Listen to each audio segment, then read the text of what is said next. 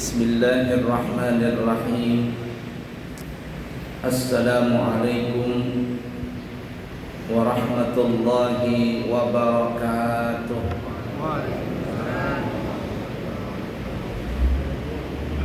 Alhamdulillahi rabbil alamin.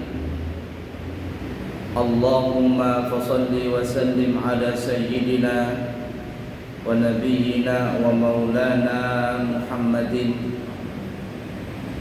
sayyidil anbiya'i wal mursalin wa ala alihi wa ashabihi wa azwajihi wa dhurriyyatihi wa man tabi'ahum bi ihsanin ila yaumiddin, amma ba'du.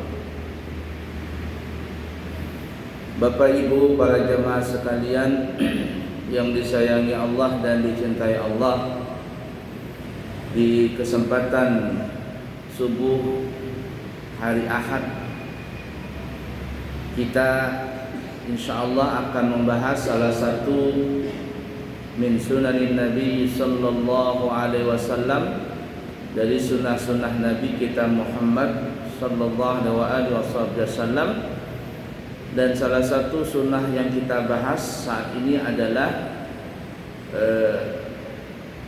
sunnah untuk memakai minyak harum atau parfum.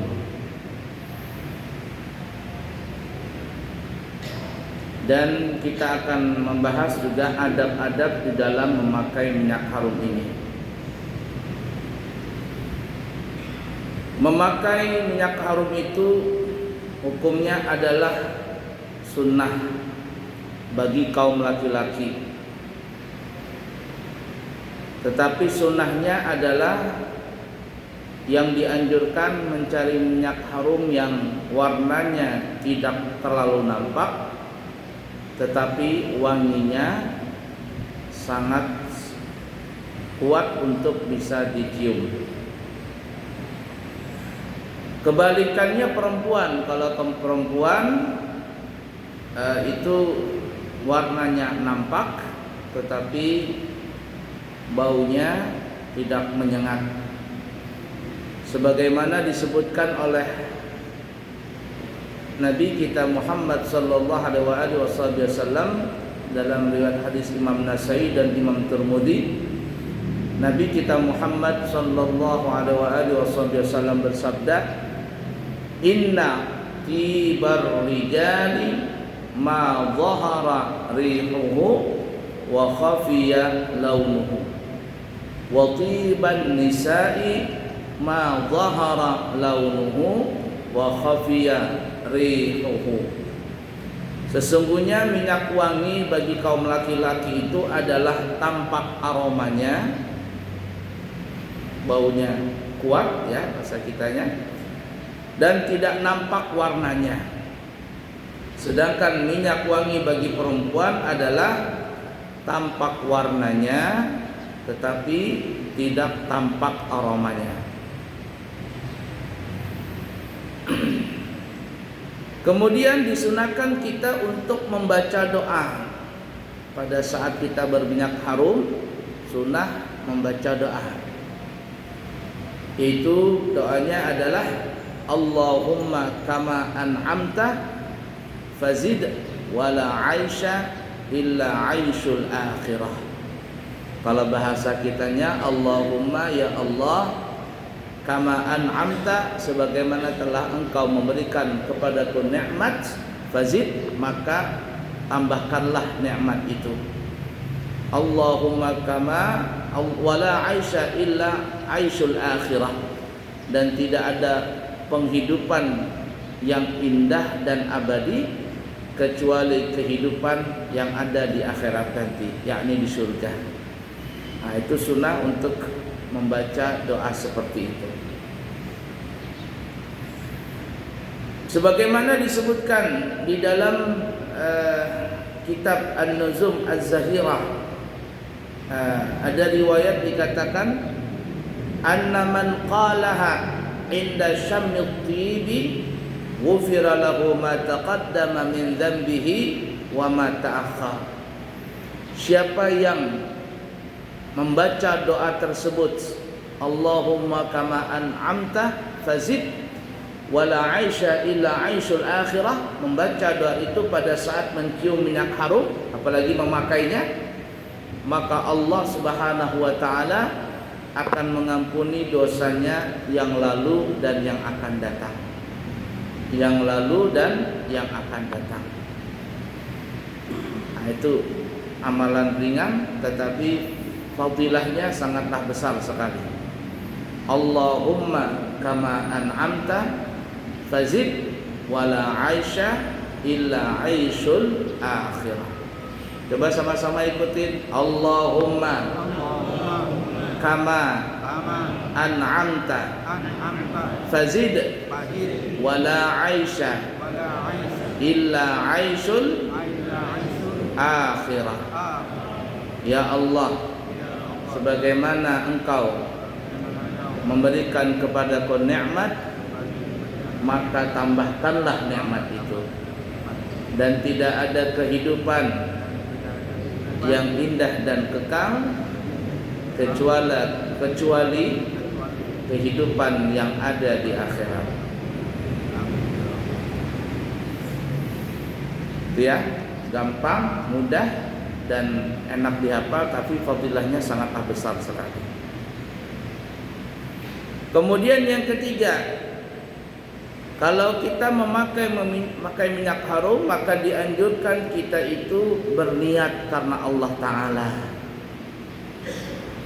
dan juga berniat untuk mengikuti sunnah Rasulullah SAW, dan juga berniat untuk menampakkan nikmat-nikmat yang Allah berikan kepada kita. Karena sesuai dengan ayat Al-Quran, wa amma bi ni'mati rabbika fahaddits, dan atas nikmat Tuhanmu maka ceritakanlah, maka tampakkanlah. Jadi kalau kita mendapatkan rezeki, itu sunnah kita beritahukan. Beritahukan ini bukan niat pamer, tapi niat bersyukur. Makanya orang kita biasanya kalau mendapatkan nikmat, naik jabatan, maulah rumah baru, apa sajalah, apalagi berbini baru, ya, nah itu. Tapi jangan yang kedua. Kalau kedua biasanya diam-diaman.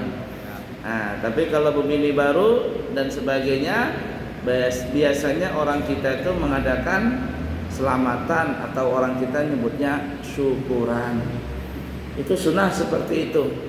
Karena tadi Allah mengatakan wa amma bi ni'mati rabbika fahaddits, dan atas karunia yang Allah berikan kepadamu maka ceritakanlah.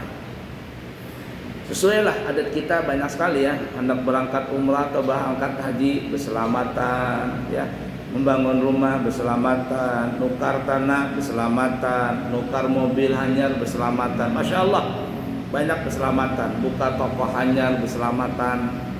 Nah, itu sunnah dianjurkan.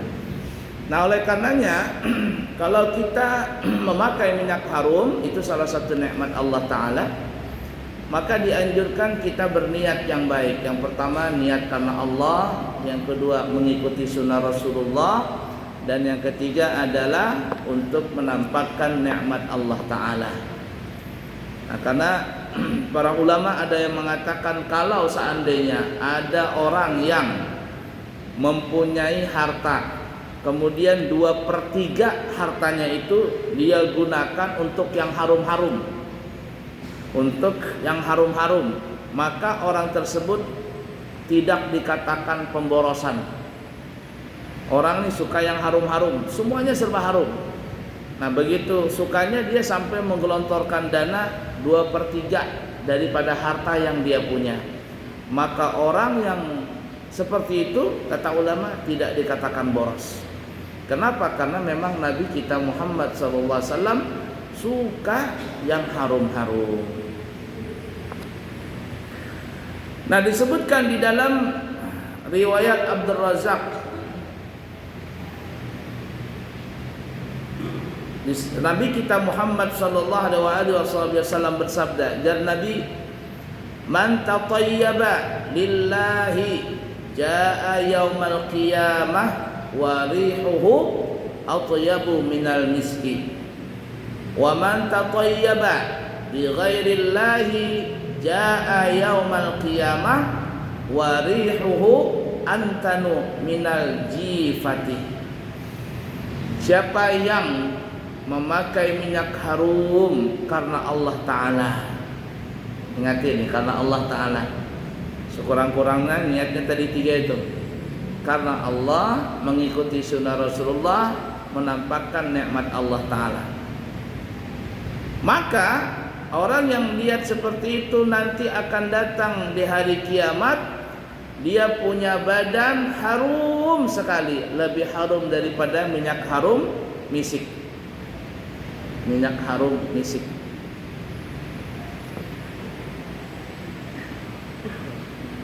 Yang minyak harum yang paling disukai oleh Rasulullah SAW. Tapi minyak harum yang kita lihat itu namanya misik-misik, itu enggak tahu minyak harumnya enggak enak baunya itu. Ada orang jual katanya minyak misik, kayaknya enggak asli itu. Yang asli adalah lebih harum daripada itu.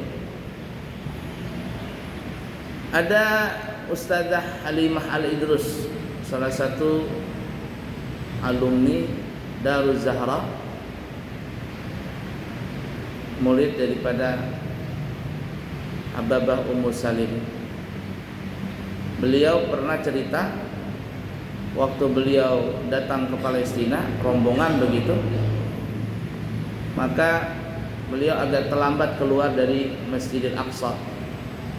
Kemudian beliau keluar dari masjid lalu didatangi sama seseorang, ya seperti mungkin semacam marbotnya atau apa begitu.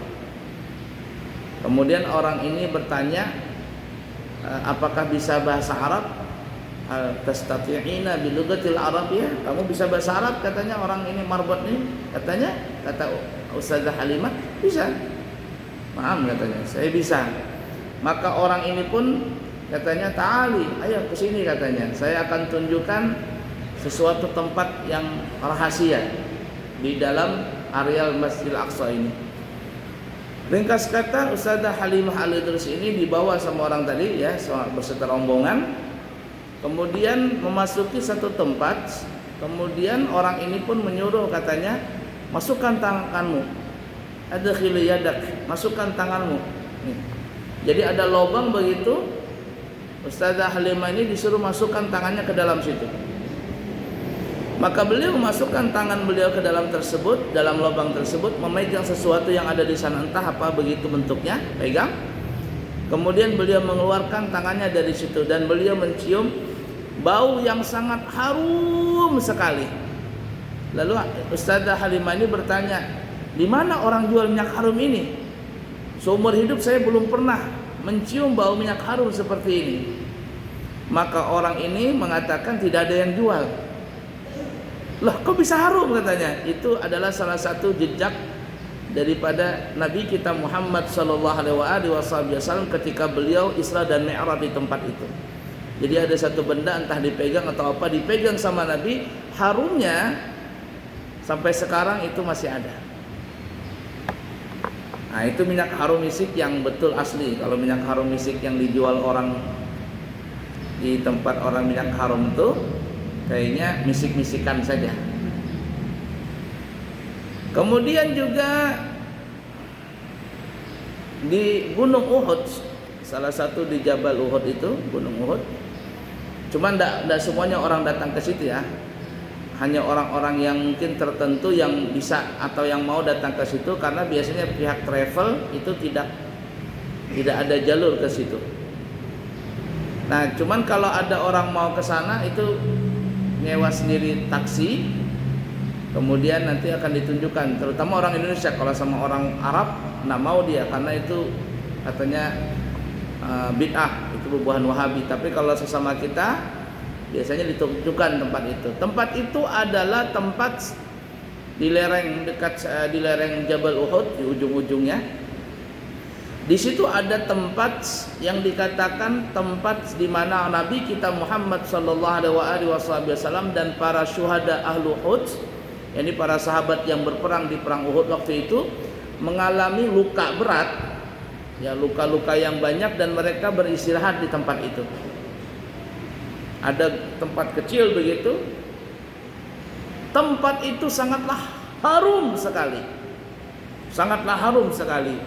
Dan sampai sekarang masih ada, apalagi kalau disiram air itu aromanya keluar dari bebatuan tadi. Nah, orang-orang sana mengatakan kok bisa harum tempat itu, karena tempat itu adalah pernah darah-darah ahlu syuhada Uhud, yakni para tentara kaum muslimin di perang Uhud yang mengalami luka, darah-darah mereka menempel di dinding-dinding batu tersebut.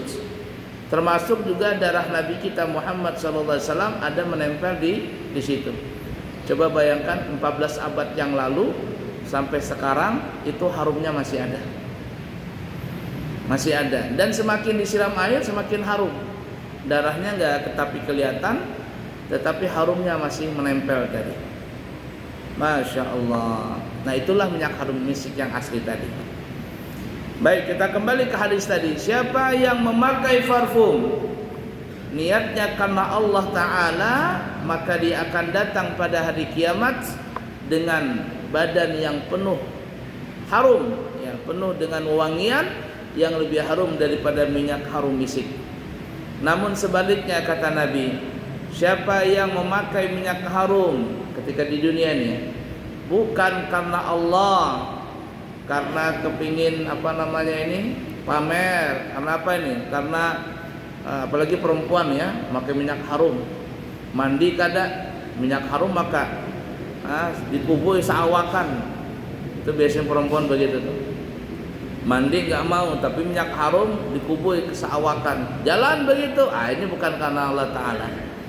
Apa jar Nabi? Maka orang itu akan datang pada hari kiamat, bau badannya itu lebih bau daripada jifah, daripada bau bangkai. Lebih bau daripada bau bangkai. Pian tahu bau apa yang paling bau di dunia ini? Kalau ulun merasa paling bau di muka bumi ini adalah bau bangkai manusia. Itu bau sekali itu. Bau bangkai binatang oke, bau sampah ya bau. Tapi seumur umur ulun merasa paling bau itu adalah bau bangkai manusia. Apalagi dia sudah menjadi bangkai sudah seminggu 2 minggu, sudah rontok dia punya badan. Wah, itu luar biasa baunya. Bau bangkai manusia. Nah, jadi siapa yang memakai minyak harum di dunia ini bukan karena Allah Ta'ala, maka dia nanti di hari kiamat datang dengan membawa bau dari badannya yang baunya itu lebih bau daripada bangkai. Wah, kemudian memakai minyak harum ini dianjurkan di waktu-waktu yang disyariatkan. Seperti mau sholat, mau hadir di tempat perkumpulan manusia, artinya seperti majelis taklim atau apa, itu disunahkan untuk memakai minyak harum, terutama kalau kita mau sholat. Dan memakai minyak harum ini sebaiknya itu bukan di pakaian.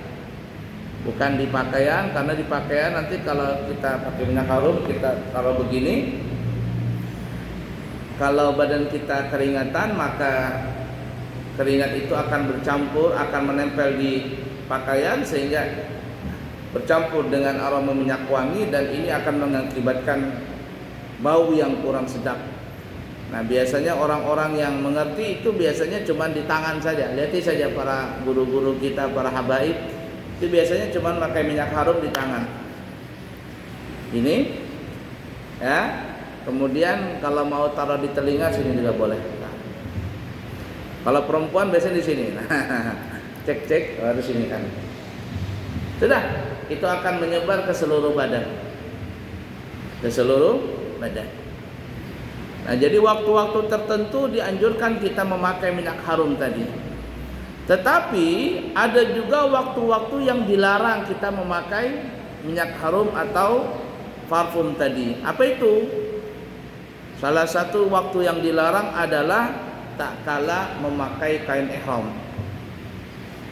Kita memakai kain ihram untuk berumrah atau berhaji, maka dimulai saat kita niat untuk berihram, ya, berihram untuk berumrah atau berihram untuk berhaji, dari saat itu tidak boleh pakai minyak harum. Ya, tidak boleh pakai minyak harum sampai kapan? Sampai tahallul nanti. Setelah tahallul, nah baru kita boleh memakai minyak harum. Dan ini terkadang orang nggak sadar ini, kayak minyak pakai ihram, kemudian tiba-tiba dari Madinah umpamanya ya, dari Bir Ali menuju ke Mekah, jalan 6 jam begitu, sampai di hotel, kemudian makan langsung, setelah makan masuk kamar, ke kamar mandi, aduh keringatan, mandi dulu, sekalinya bersabun, bersikat gigi, habis semuanya. Nggak boleh lah. Itu dilarang bagi yang berihram, mau laki-laki ataupun perempuan. Tidak boleh pakai yang harum-harum selama memakai ihram. Tapi setelah tahallul maka kembali normal seperti biasa. Kemudian yang kedua, yang dilarang memakai minyak harum, ini khusus bagi perempuan. Kalau yang tadi laki dan perempuan, dan ini khusus yang kedua bagi perempuan. Apa itu? Yaitu selama berihdad. Berihdad ini adalah ketika seorang perempuan itu menjadi janda mati suaminya. Ini suaminya mati, itu berihdad selama arba'ata asyrin wa asyra, selama 4 bulan 10 hari. Dan selama itu si perempuan tadi tidak boleh bercantik-cantik diri, termasuk adalah memakai parfum minyak wangi. Kenapa? Karena ya tadi supaya disuruh berduka cita dengan meninggal suaminya selama 4 bulan 10 hari. Dan apabila seorang perempuan tadi bercantik-cantik, berhias-hias, kemudian apalagi memakai minyak harum dari waktu yang ditentukan tadi 4 bulan 10 hari, masih di waktu itu, maka hukumnya adalah haram. Nah, itu haram. Cuman kebanyakan perempuan ini kalau meninggal laki hanya seminggu, sudah berdandan, menor sekali. Menor ini itu agak pulang. Kenapa? Ya namanya juga janda. Siapa tahu ada yang lirik-lirik begitu. Nah, ala kulal seperti itu. Itu kalau perempuan haram ya. Tapi kalau laki-laki meninggal bini, nanti malam biar begagah-gagah, enggak apa-apa sudah. Ya. Jangankan sebelum meninggal, waktu masih hidup aja bini boleh berbini lagi, apalagi sudah meninggal. Dan orang kita biasanya kan melarang itu. Orang kita dan kita kalau ada laki yang meninggal bininya, itu jangan lebih daripada 100 hari laki itu kada berbini. Ya bahasa kita pemali lah ya, pemali. Jadi kurang dari 100 hari itu mesti menikah lagi nih laki tadi. Menikahlah. Jadi jangan lewat 100 hari kada menikah juga, biar orang kita kurang baik. Nah, lain bebinian. Kalau bebinian memang dianjurkan berihdad tadi selama 4 bulan 10 hari dari waktu suaminya meninggal dunia. Kemudian selanjutnya, kalau kita diberikan minyak harum oleh seseorang, maka dilarang kita untuk menolaknya. Ya, dilarang untuk menolaknya, alias kita sunnah untuk menerima minyak harum tadi. Nah, oleh karenanya kalau kita diberikan minyak harum sama orang, tanyakan saja, kasihkan, jangan kasih di sini. Seperti itu. Makruh kalau kita tolak. Tapi yang memberi minyak harum ini paham-paham juga. Jangan minyak harum nang murahan. Kasihan nanti, apalagi seorang guru diberikan, nanti orang guru atau habib hendak bersalaman sama orang mencium tangannya guru tadi, minyak harumnya minyak harum nang murahan, bau hapak. Kasihan orang. Ada cerita saja pengalaman, waktu itu ulun ceramah di Grogot, diundang di Grogot, di tempat wakil bupati Grogot. Jadi waktu ulun tidur di hotel, ada orang datang bertamuan gitu, sekalinya orang ini memberi minyak harum. Guru minyak harum. Terima kasih lah. Sudah. Nah, pas maghrib hendak acara ini. Acara ke rumah wakil bupati sekali. Karena paham nih minyak harum apa? Pakaian. Pakai minyak harum, sekalinya bau hapak. Nah, ya sudah. Maka di mobil memakainya. Sampai di rumahnya wakil bupati, pada ya ulun minta maaf, anulah Bapak ini minyak harumnya diberi orang, ternyata kada nyaman minyak harumnya. Biar guru, kenapa minyak harum itu? Nih ulun berikan yang harum nah. Ulun hanya datang dari umrah. Nah, berarti ada juga manfaatnya, gara-gara pakai minyak harum nang murahan dikasih lawan sini minyak harum nang mahalan. Nah, lihat. Nah, jadi seperti itulah, kita kalau diberikan minyak harum jangan menolak makruh. Tapi kalau kita ingin memberikan minyak harum kepada orang, berikanlah yang baik, terutama guru-guru para habaib. Karena mereka kalau memakai pasti di tangan. Tujuannya apa? Ketika nanti bersalaman, orang yang mencium tangan beliau merasa senang. Tapi kalau minyak harumnya bau hapak, nah kasihan nanti. Kemudian selanjutnya, ini perlu diperhatikan terutama perempuan, tidak memakai minyak harum yang beralkohol. Ini ya, tidak memakai minyak harum yang beralkohol. Sebaiknya hindari yang beralkohol tadi. Tanda alkohol itu biasanya kalau ditaruh di tangan dia akan dingin. Dingin, kemudian minyak harumnya cepat hilang, memuai dia. Nah, cuman masalah minyak harum yang beralkohol ini ada memang beda pendapat. Beda-beda pendapat.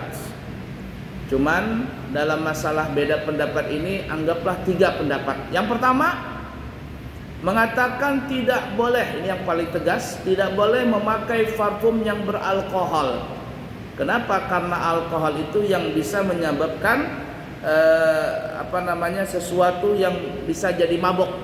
Karena di dalam madzhab kita Syafi'i, kullu ma'in muskirin fahuwa najisun. Setiap benda cair yang bisa memabukkan, yang sudah sampai kadar yang memabukkan, maka hukumnya najis. Itu dalam madzhab kita Syafi'i. Tapi kalau pendapat yang lain mengatakan bukan najis secara hissi, bukan najis secara zahir, tetapi najis secara maknawi. Nah, sudah kita pahami bahwa minuman khamar itu bisa menjadi mabuk apabila diminum. Sebenarnya bukan minumannya. Minumannya berasal dari anggur, perahan anggur. Kalau perahan anggur, jus anggur, pertama-tama itu nggak apa-apa diminum karena tidak ada kadar alkoholnya.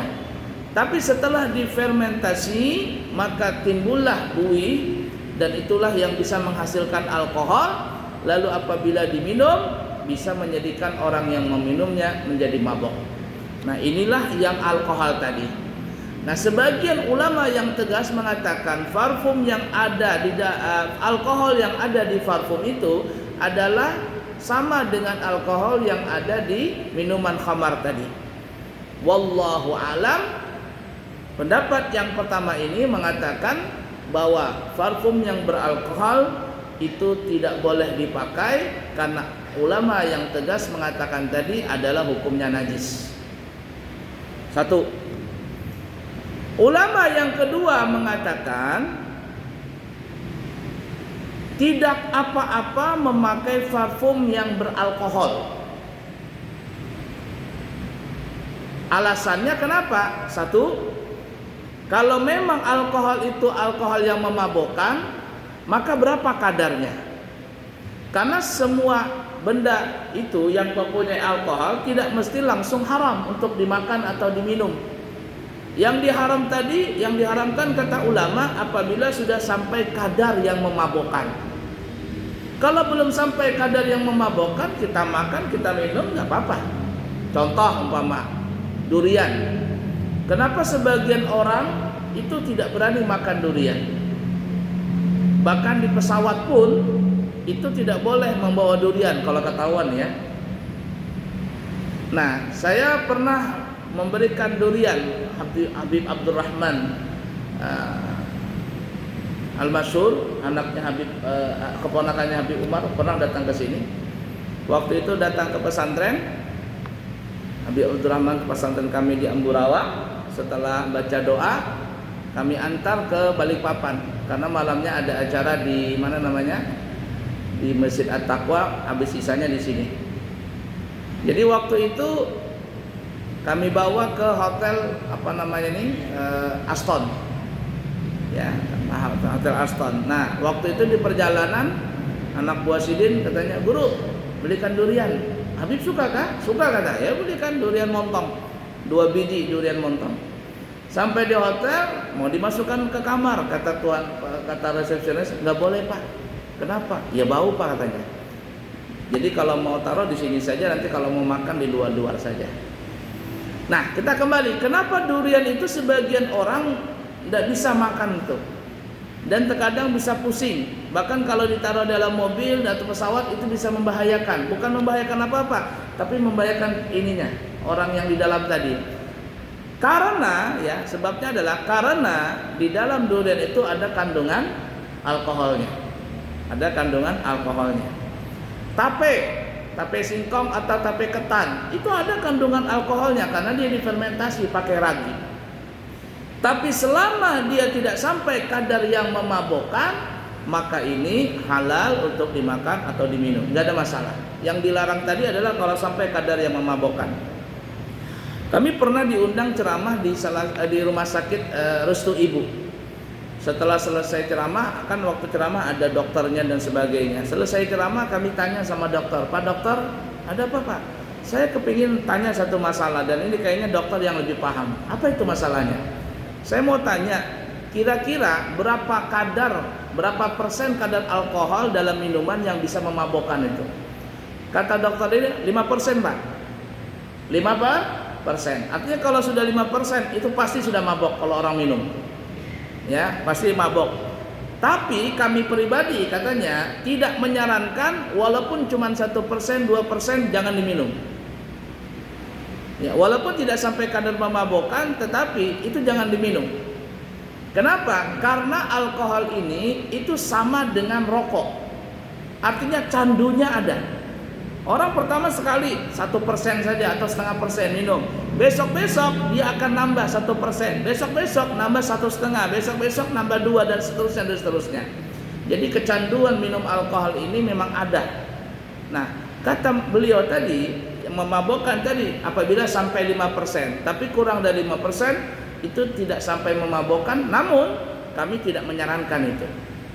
Nah, ala kulli hal di dalam masalah parfum yang beralkohol ini, para ulama yang pertama tadi mengatakan tidak boleh secara mutlak.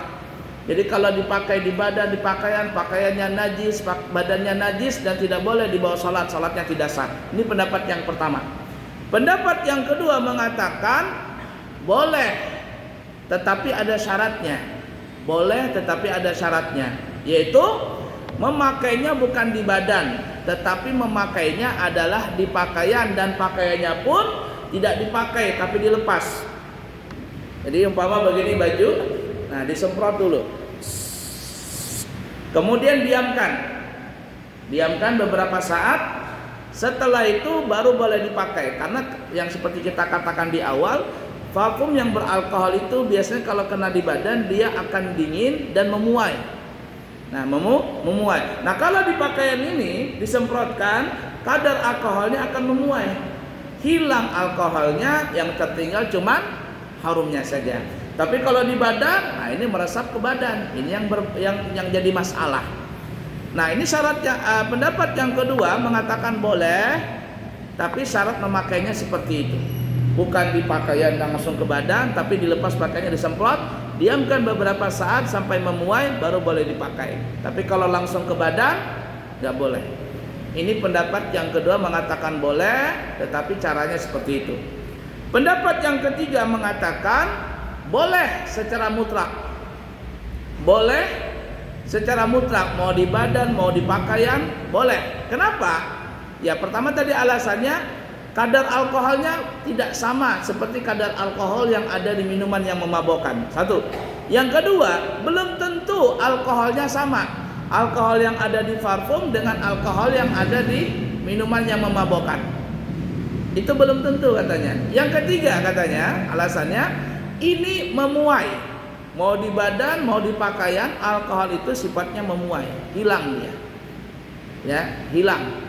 Yang nggak boleh itu diminum. Kalau di pakaian, di badan itu nggak apa-apa katanya. Nah, oleh karenanya pendapat yang ketiga ini membolehkan secara mutlak. Nah, waktu pertama kali kami sekolah di Ampel tahun 97-98, berangkat ke Ampel, kaget juga ketika ada orang di sana baca maulid, asyrakalnya mahalul qiyam. Kalau kita kan bagi minyak harum, di sana minyak harumnya bukan kita kayak seperti kita pakai parfum yang semprotan, cet. Kaget kita. Kok begini? Ya karena memang adatnya seperti itu di sana. Ala kulli hal, kalau ada orang yang memakai minyak harum yang beralkohol, sudahlah. Mungkin dia ngambil pendapat yang seperti pendapat yang lemah tadi. Tapi bagi kita pribadi yang sudah belajarnya, maka hindari parfum yang beralkohol. Jadilah parfum yang aman-aman saja tanpa ada alkoholnya.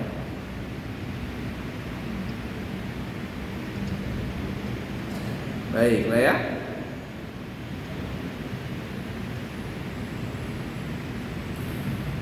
Nah, kita tadi banyak membahas minyak harum yang dipakai oleh laki-laki. Sekarang perempuan. Sedikit lagi ya tambahannya. Apakah boleh perempuan memakai minyak harum? Perhatikan nah, ibu-ibu, gadis-gadis wanita. Nah ini ya, banyak sekali perempuan pakai minyak harum. Boleh atau tidak? Perempuan memakai minyak harum itu hukumnya terbagi menjadi 5 bagian. 1. Wajib perempuan itu memakai minyak harum apabila sang suami meminta atau memerintahkan sang perempuan itu memakai minyak harum. Maka ini boleh secara mutlak. Tetapi selama perintah itu tidak melanggar syariat. Umpama suami menyuruh pakai minyak harum waktu mau tidur atau habis mandi pakai minyak harum, atau di rumah saja pakai minyak harum. Tapi kalau suami menyuruh pakailah minyak harum ketika nanti ada acara kondangan, itu pakai minyak harum, itu banyak bapak-bapak, banyak laki-laki di situ pakai minyak harum, maka perintah ini tidak wajib ditaati. Karena kenapa? Karena kalau perempuan minyak harum di depan laki-laki yang bukan mahram, ini bisa menimbulkan fitnah. Tapi kalau bukan waktu yang bisa menimbulkan fitnah, bersama dengan suami atau bersama dengan mahram, ya, maka apabila suami memerintahkan memakai minyak harum, wajiblah sang istri tadi memakai minyak harum. Kedua, sunnah di hadapan suami. Kalau suami tidak meminta, artinya perempuan ini berbisa-bisa seorang lah ya, berhias-hias seorang. Kalau depan laki, walaupun suami tanpa menyuruh, berbisa-bisalah seorang istri tadi bercantik-cantik, mandi pakai minyak harum, pakai yang harum-harum, tanpa diminta suami, maka kerjakan itu. Ini hukumnya sunnah. Tapi kalau diperintahkan, menjadi wajib hukumnya. Ya, pakai minyak harum, terutama mau tidur, bersikat gigi, bebersih-bersih dan sebagainya. Jangan hendak goreng, pakai pupur dingin. Di Banjar Bang, di sini nggak ada. Ketika laki hendak mencium, kelimpanan mata laki. Kenapa rupui tadi minyak pupur dingin tadi ke mata. Nah ya. Kemudian yang ketiga, mubah. Seorang perempuan boleh, artinya tidak wajib, tidak sunnah dan tidak haram, tidak makruh, boleh saja pakai minyak harum. Apa itu? Apabila dia di rumah sendiri, suaminya lagi kerja atau apa, ya pakai minyak harum berharum-harum sendiri, boleh. Makruh, ya, menggunakan minyak wangi kaum laki-laki. Jadi perempuan pakai minyak harum, tapi minyak harum yang biasanya dipakai laki-laki. Apa laki-laki minyak harum biasanya? Gahru, malaikat subuh, apalagi malaikat maut, nggak ada ya. Artinya ini khas untuk laki-laki. Minyak harum ini dipakai laki-laki, hajar aswad atau apa, dipakai perempuan. Maka ini hukumnya makruh. Kemudian yang terakhir, yang kelima, haram. Nah, perhatikan ya.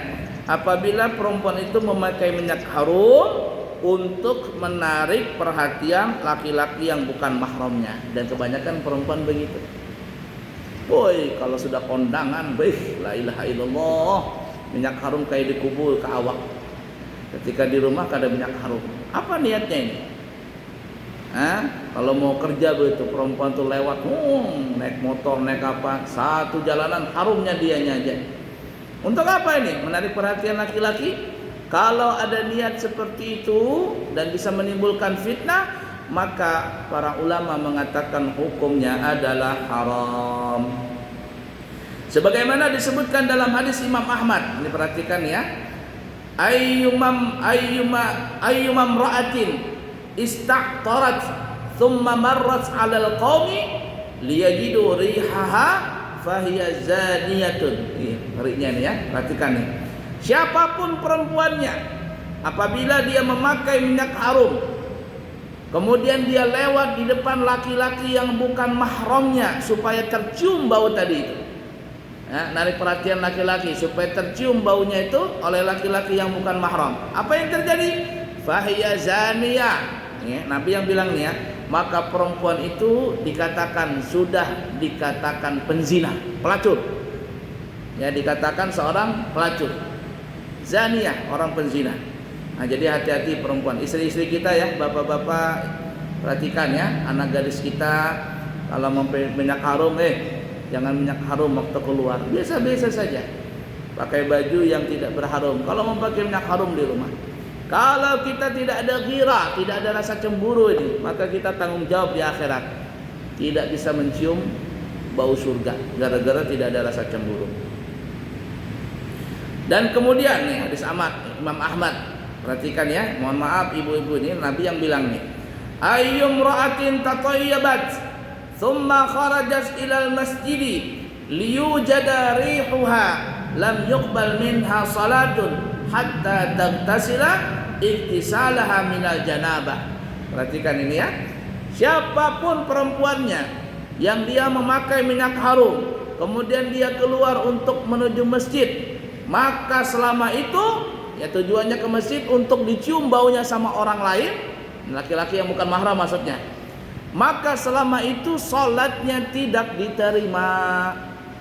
Jadi ada perempuan pakai minyak harum, bulan Ramadan kah, atau hari raya kah, atau apa, berkubui, jalan dia ke masjid, dicium baunya sama laki-laki yang bukan mahram, jar Nabi sholatnya tidak diterima. Kecuali jar Nabi kapan? Sampai dia mandi seperti halnya mandi janabah. Maksudnya ini mandi sampai hilang bau dari minyak harum yang ada di badannya tadi. Ini perhatikan bagi perempuan-perempuan, begitu juga kita bapak-bapak yang mempunyai istri atau anak perempuan. Baik, itulah salah satu adab-adab dan pelajaran yang kita bahas di pagi hari ini. Semoga bermanfaat bagi kita semuanya dan kita bisa mengamalkannya. Cukupkah? Ya. Kalau ada pertanyaan. Ulun minta maaf, habis ini langsung jalan, langsung ke pondok. Tadi berangkat juga dari pesantren di Ampurawa, jadi 40 kilo kurang lebih. Habis ini langsung jalan karena pagi ini jam 8 akan mengadakan manasik umrah. Keberangkatan Desember tanggal 27 nanti, tanggal hari Rabu berangkat. Kemudian Januari tanggal 22 Januari. Jadi ulun nanti ada 2 kali keberangkatan Desember ini. Kemudian pulang kurang lebih tanggal 10 Januari 2024. Jadi 2 tahun di sana. 2023 sama 2024. 2 tahun. Boleh kurang lebih ada 15 atau 20 hari berangkat lagi untuk membawa rombongan yang kedua. Ya, jadi hari ini ada manasik umrah di pesantren. Minta maaf. Dan juga siapa tahu ada yang kepingin berangkat umrah di bulan Januari masih ada kosong, harganya 32 juta, 12 hari dari Balikpapan. Siapa yang kepingin berumrah di bulan Ramadan, Lailatul Qadar sampai hari raya, 13 hari 42 juta, 18 hari 46 juta. Siapa yang kepingin haji langsung tahun ini, kita buka harga 185 juta bintang 3 dan 195 juta bintang 5. Di tempat lain harganya sudah 210, 230, 240, 270. Kita masih bertahan 195 juta bintang 5. Sudah ada berapa orang yang daftar haji. Siapa tahu di sini ada yang gali tanah itu di belakang rumah dapat emas 10 kilo. Jangan tanggung-tanggung lagi, jangan bebini, langsung berhaji gitu ya. Ala kuliah seperti itu. Cukup sekian, semoga ada manfaatnya. yang baik dari Allah, yang buruk dari pribadi. Subhanakallahumma wa bihamdika asyhadu an la ilaha illa anta astaghfiruka wa atubu ilaik. Wa akhiru kalam, wassalamu alaikum warahmatullahi wabarakatuh.